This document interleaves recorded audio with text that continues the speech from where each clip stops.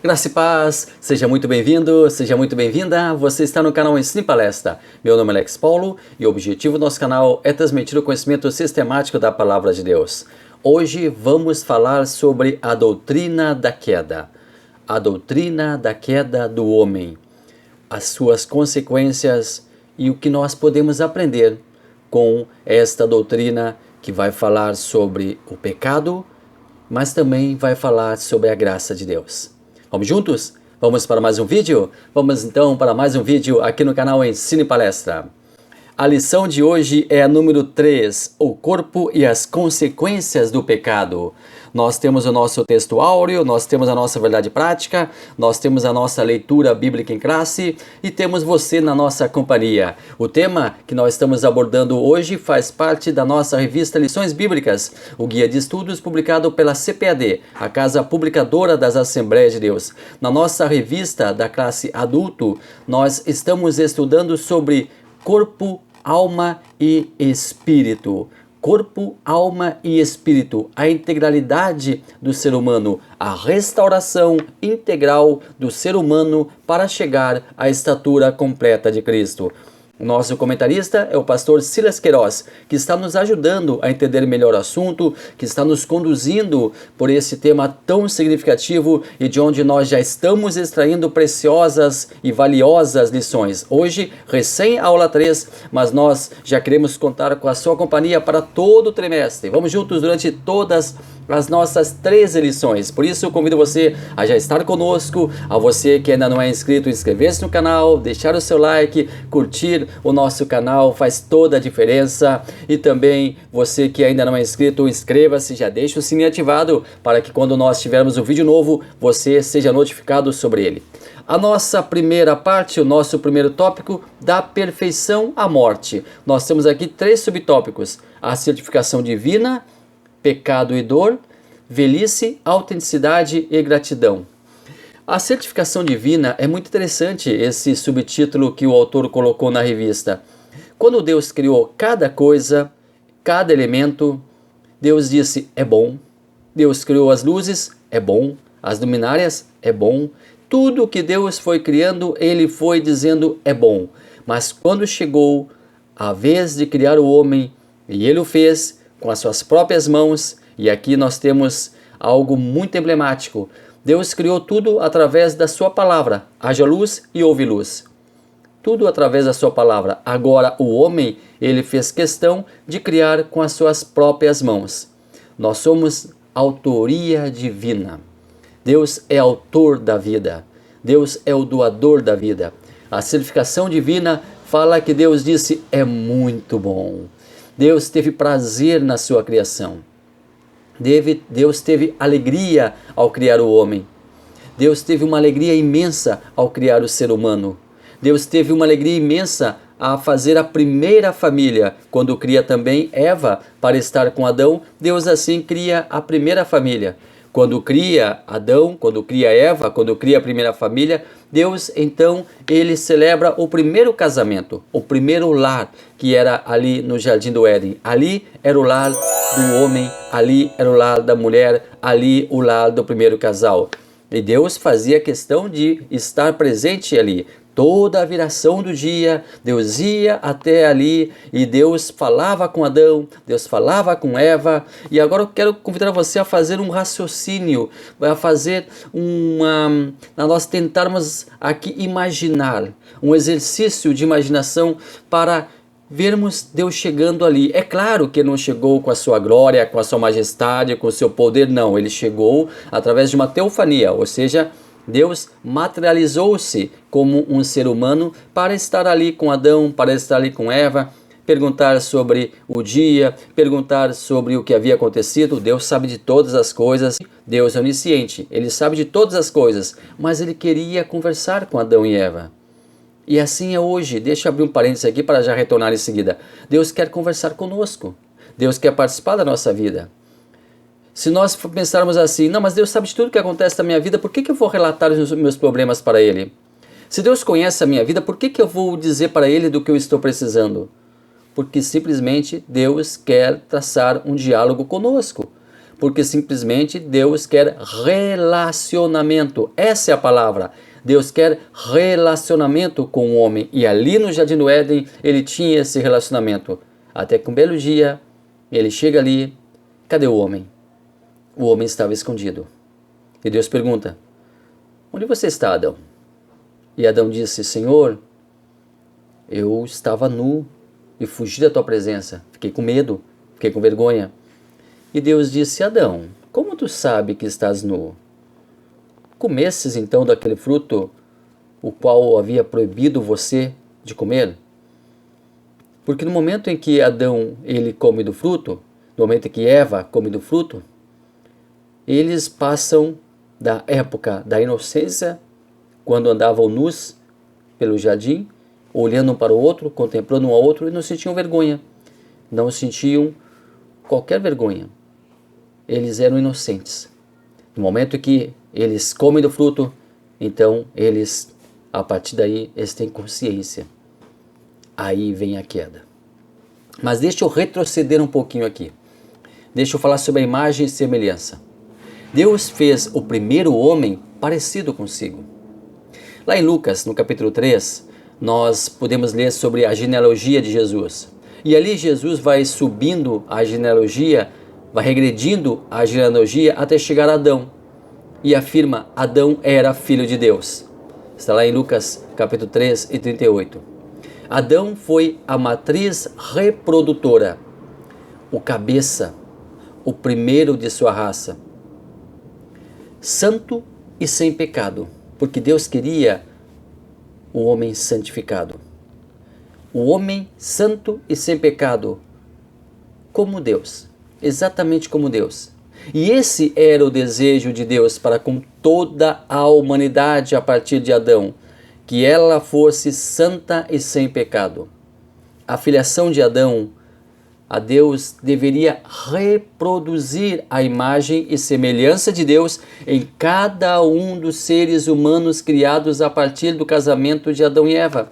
Cada um gerado a partir de Adão e Eva deveria ser santo, deveria ser imagem, deveria ser semelhança de Deus. Cada ser humano, imagem e semelhança de Deus. O homem deveria ser a imagem e semelhança de Deus. Cada ser criado, cada ser nascido. Mas quando Adão pecou, sua falha, seu pecado, não afeta apenas o indivíduo Adão, mas toda a humanidade que ainda viria a existir. Quando Adão peca, juntamente com sua mulher, ele deformou o molde da criação. A partir da queda, ele reproduziria uma descendência parecida consigo, não parecida com Deus, porque agora ele havia caído. Se não houvesse caído, se não houvesse tido a queda, toda a descendência dele seria a imagem e semelhança de Deus. No momento que ele cai, toda a descendência é parecida com ele. O homem deveria reproduzir a imagem e semelhança de Deus, porém, estas já não mais faziam parte da vida de Adão. Já não estavam mais em Adão, porque o espelho da imagem e semelhança, e permita-me aqui que eu use essa analogia, havia se trincado. O homem olhava para aquele espelho trincado, embaçado, já não via mais a imagem de Deus. E aqui entra a doutrina da queda, como nós veremos a seguir. Eu gosto muito da definição do pastor Claudionor de Andrade para a doutrina da queda. Diz o pastor Claudionor, um dos maiores teólogos que a nossa igreja já teve, que nos deixou ainda neste ano. Segundo ele, a queda é a doutrina segundo a qual os seres morais criados por Deus, parte dos anjos e os homens, todos criados em Adão, por fazerem uso indevido do livre-arbítrio com que o Senhor os dotou, vieram a desobedecê-lo consciente e premeditadamente. A narrativa da queda, precisamos frisar este ponto, tanto dos anjos que seguiram o querubim ungido, quanto da raça humana em Adão, não é uma parábola, nem um arremedo mitológico, Portanto, consideraremos como história real e fato verídico. A doutrina da queda descreve a transição da humanidade do estado da inocência para o estado da consciência. Esse estudo trata do que nós podemos dizer fracasso humano ao dar ouvidos à serpente, personificação de Satanás, quando Adão e Eva cedem à narrativa maligna e resolvem comer do fruto proibido. O primeiro casal usou de seu livre-arbítrio, a faculdade de escolha, quando decide dar ouvidos ao inimigo de Deus. Eles decidiram dar ouvidos a um personagem estranho ali no jardim. Deus mandou o homem cuidar do jardim, guardar o jardim, mas guardar do quê? Não seria também da entrada de um ser diferente ali? Não seria da entrada de Satanás ali? Alguns pensam que sim. Eles decidiram dar ouvidos a ele. Eles decidiram colher o fruto que lhes era proibitivo. Eles decidiram comer do fruto. Eles decidiram o seu futuro e, por consequência, o futuro de toda a humanidade. Traçaram a nossa revelia, o nosso futuro, nos presenteando com um triste legado, o pecado original. Toda a humanidade foi afetada por ele. E a filiação humana? Com a queda do homem, a filiação foi perdida. Por isso, João 3,16 nos informa que Deus enviou o seu Filho, Filho que veio do céu. Porque na terra, aquele que foi filho, que foi criado como filho, abriu mão da filiação. Sim, Adão abriu mão da filiação com a sua inclinação ao pecado. Jesus vem à terra com o propósito de resgatar a filiação do homem em Deus. Por isso que as pessoas não entendem quando se diz que nós somos criaturas de Deus e no momento em que aceitamos Jesus, então nos tornamos filhos de Deus. Porque a nossa filiação original, ela foi já maculada com Adão. O próprio Adão, primeiro filho, filho no sentido de ser humano, ele acabou maculando essa filiação com a queda. Porque o Filho de Deus, Jesus Cristo, que também é Deus, como o Pai e o Espírito Santo, sempre existiram. Sempre existiram. Pai, Filho e Espírito Santo têm como prerrogativa a eternidade. Ou seja, não nasceram, existem e nunca deixarão de existir. O Filho, homem, ele perdeu a sua filiação com a queda. Agora Jesus Cristo vem à Terra para um propósito santo, resgatar a filiação do homem a Deus. O primeiro e o último Adão. O primeiro Adão promoveu a queda. O último Adão, Jesus Cristo, promoveu a reconciliação. Então, algumas etapas do relacionamento do homem com Deus. A primeira etapa, proximidade, comunhão. O primeiro homem, a primeira mulher, gozavam de uma comunhão plena com Deus e tinham domínio sobre a criação. A segunda etapa, a queda, o pecado, o distanciamento e a herança maldita, que é o pecado original. Todos nós nascemos com o pecado original. Todos nós nascemos com essa bagagem. Velhice, autenticidade e gratidão.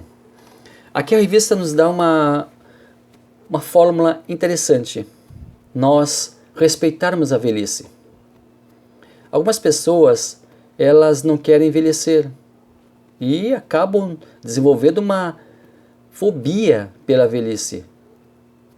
Algumas pessoas fazem tantas plásticas, que acabam irreconhecíveis. E agora tem a tal de harmonização facial, que ao invés de harmonizar afasta a pessoa, acaba fazendo justamente o contrário, deformando. Nós temos casos aí de pessoas que tiveram uma deformidade no seu corpo, no seu rosto, na sua face. É claro que nós podemos lançar mão de vitaminas, podemos lançar mão de medicamentos, de suplementos alimentares, tudo com o rígido controle médico, tudo com a experiência de um profissional da medicina nos assistindo. Tudo isso é importante, porque a medicina ela nos ajuda também. É claro que nós temos que desoxidar o corpo, é claro que nós temos que consumir muita água, nutrir o corpo, ter uma alimentação saudável, nos cuidar. É claro que nós temos que abastecer o nosso corpo com nutrientes. É claro que nós devemos evitar determinadas comidas, determinadas substâncias. É claro que tudo isso faz parte da regra da alimentação saudável, porque o nosso corpo, nós vamos estudar isso mais adiante, é o templo do Espírito Santo e por isso nós temos que cuidar do nosso corpo. Não que nem os gnósticos que pensavam que o corpo era uma simples matéria que deveria ser desprezada, poderia ser maltratada. Não, nós temos que bem tratar. Nós temos que tratar o nosso corpo com muita sabedoria, com muito cuidado. Nós temos que cuidar muito bem da nossa alimentação, muito bem da nossa saúde, fazer check-ups, fazer exames médicos, fazer exames periódicos para que a nossa saúde ela cada vez esteja mais e mais preservada. Isto é algo inerente ao ser humano, deve ser algo inerente à nossa vida. Agora nós não podemos lutar contra a velhice, nós temos que procurar ter uma velhice saudável, uma boa qualidade de vida, nós temos que nos preparar para a velhice, nós temos que cuidar do nosso corpo, preservar o nosso corpo, mas sempre sabendo que nós temos etapas que estão diante de nós e que nós vamos ter que passar por cada uma delas. Então, atravessemos a velhice com tranquilidade, sem medo, sem receio, nos cuidando, nos alimentando, enfim, tudo o que eu já falei aqui, porque nós precisamos percorrer todas as etapas da nossa vida. Nós precisamos percorrer todas as etapas da nossa vida. E pedimos a Deus que nós possamos percorrer todas as etapas com saúde, com vigor, com um corpo saudável, e nós precisamos também fazer a nossa parte. Nosso segundo tópico, a responsabilidade humana, corpo e livre-arbítrio, a potencialização do sofrimento. A teoria do livre-arbítrio é defendida pela Assembleia de Deus, e esse ponto é fundamental. Ele faz uma diferenciação entre a teologia arminiana e a teologia calvinista. Nós não vamos entrar agora nesse debate, nós não vamos entrar agora nas minúcias dessas duas teologias que diferem entre si. Mas segundo o dicionário Michaelis, da língua portuguesa, livre-arbítrio, faculdade que o homem tem de escolher ou decidir conforme sua própria vontade, sem que haja condicionamento ou qualquer interferência nessa escolha. O livre-arbítrio consiste na capacidade do homem em fazer suas próprias escolhas. É importante lembrar que nossas escolhas, no presente, definirão o nosso futuro. Livre-arbítrio significa poder de escolha, decisão. O pastor Cláudio João de Andrade mais uma vez nos ajuda na definição do termo. O livre-arbítrio é o dom que recebemos de Deus, através do qual podemos desimpedidamente escolher entre o bem e o mal. Deus propõe ao homem o livre-arbítrio. Deuteronômio 30, versículo 15. Vês aqui, hoje te tenho proposto a vida e o bem, ou seja, você escolhe, e a morte e o mal. A escolha é do homem. A responsabilidade é do homem. É importante nós lembrarmos que entre o livre-arbítrio e a soberania divina encontra-se a responsabilidade do homem. Nós somos responsáveis por nossas escolhas. Cada um colhe aquilo que planta. Então, o livre-arbítrio, ele também traz uma responsabilidade. Nós assumimos a responsabilidade. Nós assumimos a responsabilidade quando escolhemos. Nós definiremos o nosso futuro através das nossas escolhas no presente. Nosso terceiro tópico, do abatimento à glorificação, a realidade das enfermidades, enfado e canseira, o corpo glorificado. As enfermidades, elas sobrevieram sobre nós através da queda do homem também. E o homem luta contra as enfermidades. A ciência luta contra as enfermidades. A medicina luta contra as enfermidades. O enfado, a canseira, também é decorrência da queda do homem. Porque o homem não se cansava quando trabalhava ali no Éden. E quando trabalhar lá no céu, porque nós também vamos trabalhar no céu, novidade para algumas pessoas, nós não nos cansaremos. Mas hoje, nós, diante desse pecado original que nós temos, diante dessa queda do homem, nós trabalhamos e cansamos. Nós trabalhamos, nós labutamos, nós temos canseira, nós temos enfado, nem sempre estamos dispostos, nem sempre estamos bem, nem sempre estamos com a nossa saúde 100%, nem sempre estamos com o nosso corpo revigorado. Tudo isso foi decorrência da queda do homem, ou seja, o homem ao cair não apenas feriu a alma, não apenas prejudicou a alma, não apenas prejudicou o seu interior, mas também prejudicou o seu exterior, também prejudicou o seu corpo, porque tudo isso, a canseira, enfado, doenças, enfermidades, tudo isso é decorrência da queda do homem. Mas um dia nós teremos um corpo glorificado, porque para ascendermos aos céus, temos que nos desfazer desse corpo que hoje conhecemos. Esse corpo não poderá ser erguido às nuvens, pois que guarda em si um pecado original, conforme nós falamos. Teremos que ter um corpo diferente, transformado, glorificado. Está lá na segunda carta de Paulo aos Coríntios, capítulo 5, versículos 1 e 2. Porque sabemos que se a nossa casa terrestre desse tabernáculo se desfizer, temos de Deus um edifício, uma casa não feita por mãos, eterna, nos céus, e por isso também gememos, desejando ser revestidos da nossa habitação, que é do céu. Os salvos serão recepcionados por Jesus Cristo ali nas nuvens, e serão elevados até essas nuvens com seus corpos glorificados pelo Espírito Santo. Nosso corpo no céu será glorificado. Nós teremos um corpo semelhante ao de Jesus. A canseira, o enfado, a tristeza, a dor, a angústia, a depressão, as síndromes, os pânicos, tudo isso, então, deixará de existir. Porque nós teremos um corpo glorificado e estaremos para sempre com Jesus ali nos céus. Essa é a nossa esperança e por isso nós lutamos, por isso nós persistimos, por isso nós continuamos a nossa caminhada. Falando em caminhada, eu espero você nos nossos próximos passos, nas nossas próximas lições, nessa caminhada maravilhosa sobre corpo, alma e espírito que estamos traçando, que estamos desenvolvendo, que estamos percorrendo durante este quarto trimestre de 2025. Eu espero você no nosso próximo vídeo. Esteja conosco, vem junto conosco, venha participar da família Ensino Palestra. Deus abençoe maravilhosamente a sua vida.